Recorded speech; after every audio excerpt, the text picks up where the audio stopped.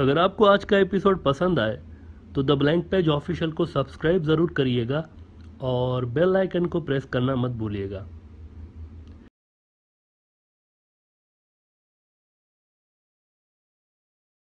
Nadreen, broader view में हम ये बात करते रहते हैं कि इंडिया और चाइना के बीच एक बुनियादी कन्फ्लिक्ट ऑफ इंटरेस्ट मौजूद है और ये कन्फ्लिक्ट ऑफ इंटरेस्ट ज़मीन के मामले पे है। और ये कन्फ्लिक्ट ऑफ इंटरेस्ट पहले डिसएग्रीमेंट से वॉर में कन्वर्ट हो चुका है। 4 मरतबा दोनों लड़ चुके हैं इन इलाकों पे, प्रॉपर जंगें हो चुकी हैं दोनों मुल्कों के दरमियान, और अब भी ये कन्फ्लिक्ट ऑफ इंटरेस्ट मौजूद है। लिहाजा ये बात तो तय है कि एक फैसला कुन फाइनल जंग इन दोनों के बीच होनी है इन कन्फ्लिक्ट ऑफ इंटरेस्ट की वजह से।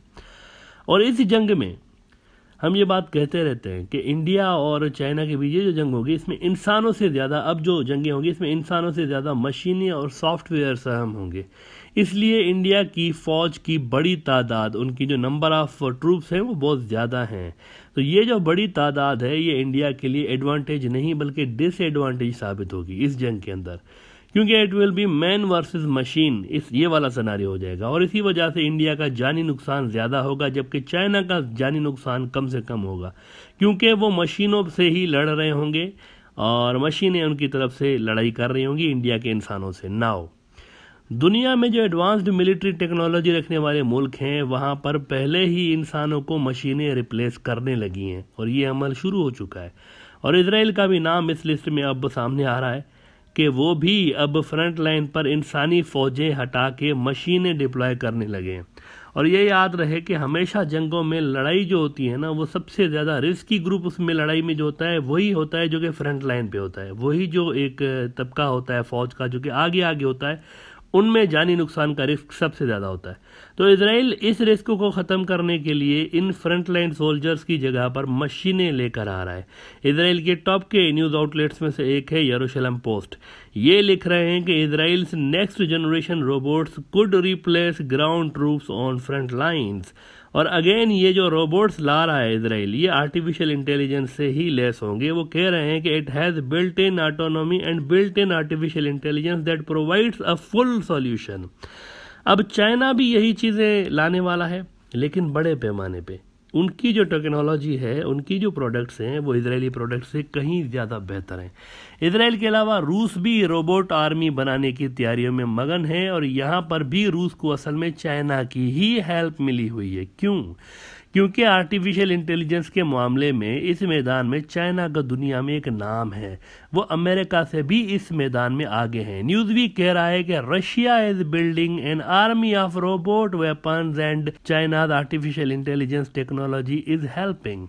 तो यहाँ पर आप देखें कि एक रिवॉल्यूशन, एक इनकलाब शुरू हो चुका है दुनिया के अंदर मॉडर्न वॉरफेयर के अंदर। अलबत्ता इंडिया के अंदर वहाँ पर ध्यान ये है कि थिएटर कमांड्स बनाई जा रही हैं, इस पे ध्यान लगाया जा रहा है। और इस थिएटर कमांड का एक ही कमांडर होगा, कंबाइंड होगा, और 3 थिएटर कमांड्स इंडिया बनाने जा रहा है। पहली 2022 तक बन जाएगी, अगले साल। इस पे काम जारी है काफ़ी टाइम से, अलबत्ता 3 बनानी है इंडिया ने। इसके अलावा इंडिया मज़ीद ह्यूमन सोल्जर्स भर्ती करने और उनका नंबर ऑफ जो ट्रूप्स है वो बढ़ाने पर भी फोकस कर रहा है।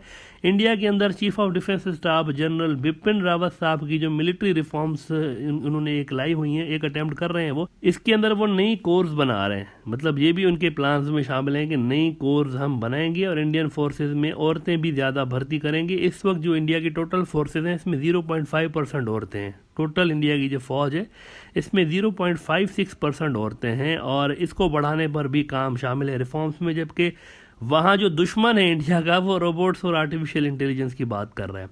कुछ एरियाज अलबत्ता ऐसी हैं, ये हम बता दें आपको, जहाँ पर जनरल रावत साहब की जो मिलिट्री रिफॉर्म्स हैं इसमें वो फौज की डाउन साइजिंग पे ध्यान दे रहे हैं। मतलब उनके प्लान्स में हैं कुछ एरियाज ऐसी हैं जहाँ पर वो ट्रूप्स घटाएंगे। 1 से 1.5 लाख ट्रूप्स इंडिया भी घटाना चाह रहा है, लेकिन वो कुछ एरियाज में। लेकिन साथ ही बहुत सारे एरियाज ऐसे हैं जहाँ पर मज़ीद फौजें लगाने की भी बात हो रही है।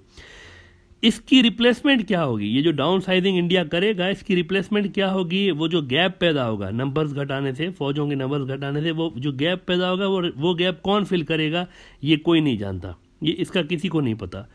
रोबोट्स, आर्टिफिशियल इंटेलिजेंस, ये जो चीज़ें हैं ना, ये एक ह्यूज एक्सपेंसिव जॉब है, इसमें बहुत ज़्यादा पैसे लगते हैं। इंसानी सोल्जर्स के मुकाबले में ये बहुत ज़्यादा मतलब एक्सपेंसिव जॉब है अगर आप वहाँ पर मशीनी और आर्टिफिशियल इंटेलिजेंस से चलने वाले रोबोट्स लगा दें। तो सोल्जर्स की डाउन साइजिंग और रिक्वायर्ड फंड्स ना होने पे रिप्लेसमेंट क्या होगी, नोबडी नोज इन इंडिया।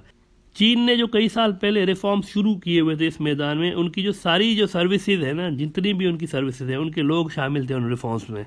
और तमाम एस्पेक्ट्स को देखते हुए चाइना ने एक जामिया रिफॉर्म्स उन्होंने लॉन्च किए थे और एक कलेक्टिव उन्होंने एफर्ट की थी सारी फोर्सेस ने मिलकर। जबकि इंडिया के जो रिफॉर्म्स चल रहे हैं जो कि ऑनगोइंग है, इसमें जनरल रावत साहब जो हैं, जो कि आर्मी के बंदे हैं, वो बेसिकली लीड कर रहे हैं। और इनको एयरफोर्स और नेवी के जो नीड्स हैं और उनके जो सारा तरीक़ाकार है उसका इतना ज़्यादा इल्म है नहीं, आर्मी के बंदे हैं। और ये सर्विसेज फिर साइड लाइन हो चुकी हैं इन रिफॉर्म्स में। आर्मी मैन है, आर्मी लीड कर रही है, which I personally believe by the way कि it could make these reforms counter productive for India.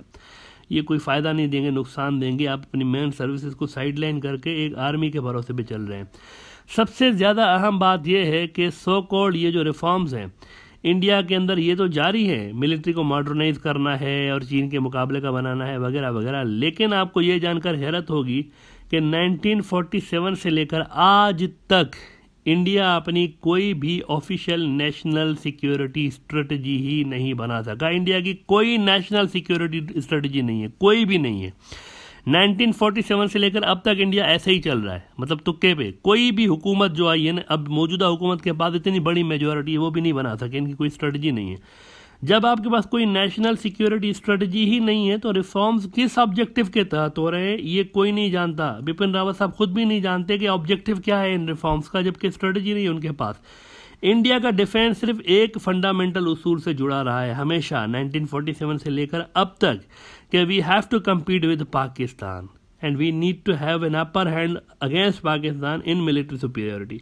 ये वाहिद उसूल है जिसके तहत इंडिया की मिलिट्री चली है 1947 से अब तक। अलबत्ता कोई नेशनल सिक्योरिटी स्ट्रेटजी उनके पास नहीं है।